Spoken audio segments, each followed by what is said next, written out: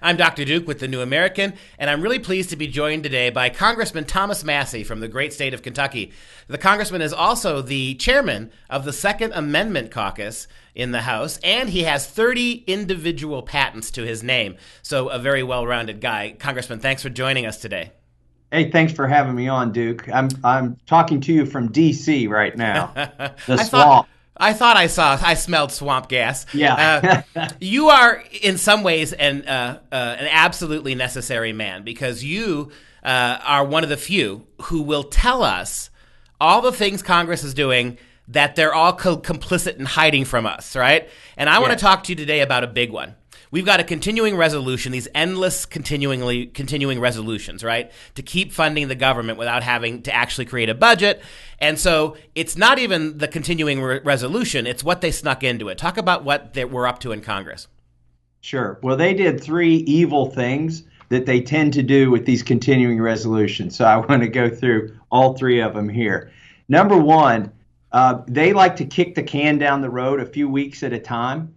But where they like the can to end up is the week before Christmas. They want to create a big crisis right before the holidays.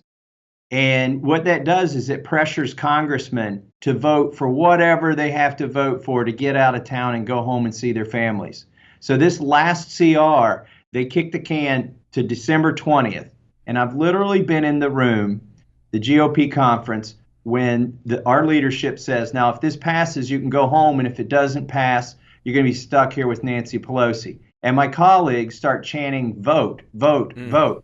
And I think I'm in some dystopian future because nobody's had time to read the bill, which gets me to the second thing they did to this with this CR that they always do. They gave us less than 24 hours to read it.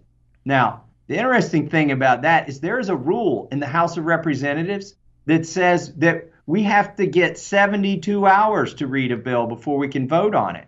That's important for two reasons. Number one, so we can read it. Now, I'm under no illusion that if you gave all these guys up here a year that they would even read the bill, right?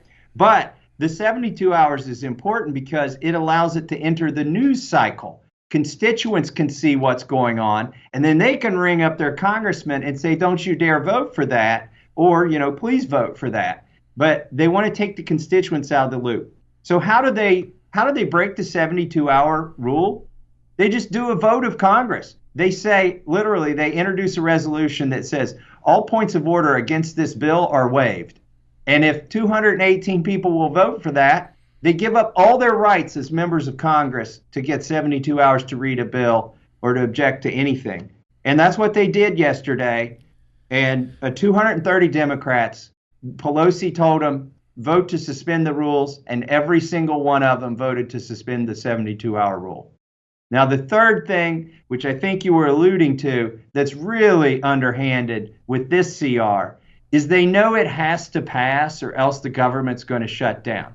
That gives members of Congress a lot of cover, political cover, when they go home and find out there was something terrible in the bill and their constituents are mad at them. They say, well, look, we're all grown adults here. It was either do that or have the government shut down. And I'm sorry that X was in the bill. Well, this time, what X was in the bill was a Patriot Act extension. It was going to expire on December 15th. The lone wolf provision, the roving wiretap provision, and the worst part of it, Section 215, which allows mass collection of all Americans' data without a warrant. So those things were going to expire. All the Democrats had to do to get rid of the Patriot Act was nothing. All they had to do was nothing. And they've been railing against it, except now that they're in the majority, they found it necessary to sneak it in to the CR so that Democrats could vote for it and they could get the cover. There were 10 Democrats who broke with Nancy Pelosi on the CR and 220 that just jumped like poodles through her hoops, right, and did what they were told. There were a majority of Republicans who opposed this CR, except there were 12 uh, 10 or 12 who went with Nancy Pelosi on this bill and reauthorized the Patriot Act. Let me see if I understand this, Congressman.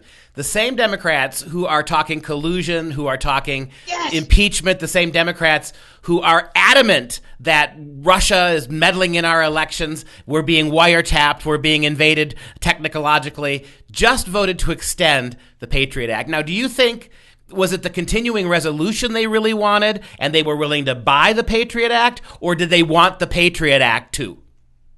That's a great point you just made. They are screaming, abuse of power, stop this president, resist this president. And in one bill, they gave him scary amounts of power to spy on American citizens. Like, they did it, and they're screaming, he's abusing power, let's give him more of it. The other thing is resist, stop the president.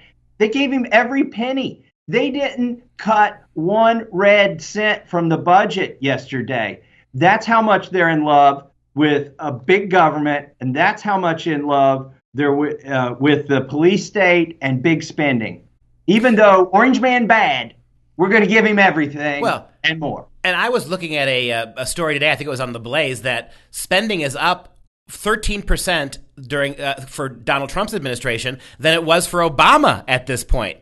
Right. So I guess in giving him the money, he's going to spend it on things, and they seem to like it. But they want the money. They want the Patriot Act, but they don't want to give him credit for it. Now, you're also the Second Amendment Caucus chairman. Right. And so I always thought this. If Donald Trump is the Nazi who wants to take over the White House and not, after 2 terms, not go away, why wouldn't you want guns in the hands of people to resist? And it's the same thing here with this movement. You keep calling him a traitor, somebody who's colluding with the Russians. And like you said, you just gave him almost absolute fiscal and technological power over the American people. Yeah, and they've introduced multiple bills to take away the ordinary citizen's right to keep and bear arms, which we all know the Second Amendment is not about duck hunting. It's about keeping a tyrannical government in check if it ever gets tyrannical. And they're equating Trump to, a Nazi or something. And at the same time, they're saying, let's give all of our guns to Trump. They must have some deafening cognitive dissonance going on. So almost no Republicans supported this. So what is it that you as the minority can do in a especially about the 72-hour rule? That seems particularly egregious, and you were just simply outvoted. What is there as a minority congressman? What can the Republicans do other than just kind of bleat about how wrong this is? Well, when we get the majority back, we can quit doing the same crap, because when Boehner was Speaker and when Paul Ryan was Speaker, we did the same thing. And instead of the Democrats voting to suspend the 3-day rule, they called it a 3-day rule back then. That meant they could do it in less than 72 hours as long as the bill was introduced at 11:50 p.m. on the first day. If it touched a day by 10 minutes, that was a whole day on the 3-day rule. And then you get 1 day to read it, and then on the 3rd day in the morning, you voted on it. Now, that was the Republican version, but they suspended that all the time. And the problem is the consequences of not doing what your speaker tells you to do when he says, hey, guys, we're going to break the rules today. If you don't say, yes, sir, and get in lockstep, you might lose your committee assignments. He's not coming or she's not coming to your fundraiser. What we need to do, honestly, is take some of the power away from the speaker. And I'm not just saying this because Pelosi's the speaker. It was just as bad with Paul Ryan and John Boehner in terms of controlling what rank and file members could and couldn't do. And we need to give it back to the members of Congress. Everybody here represents 750,000 people, and none of those 750,000 people should be more special just because their member was able to sell out and work the ways and get up and get in bed with the lobbyists and make it all the way to the top. I remember the ESSA Act that Paul Ryan pushed through at Christmas time with only a day to read the bill, transferring all that power away from states to the feds for education, and all done at the holidays. It's exactly the same kind of garbage. You know my answer to the ESSA? I've got a 1-sentence bill to eliminate the Federal Department of Education.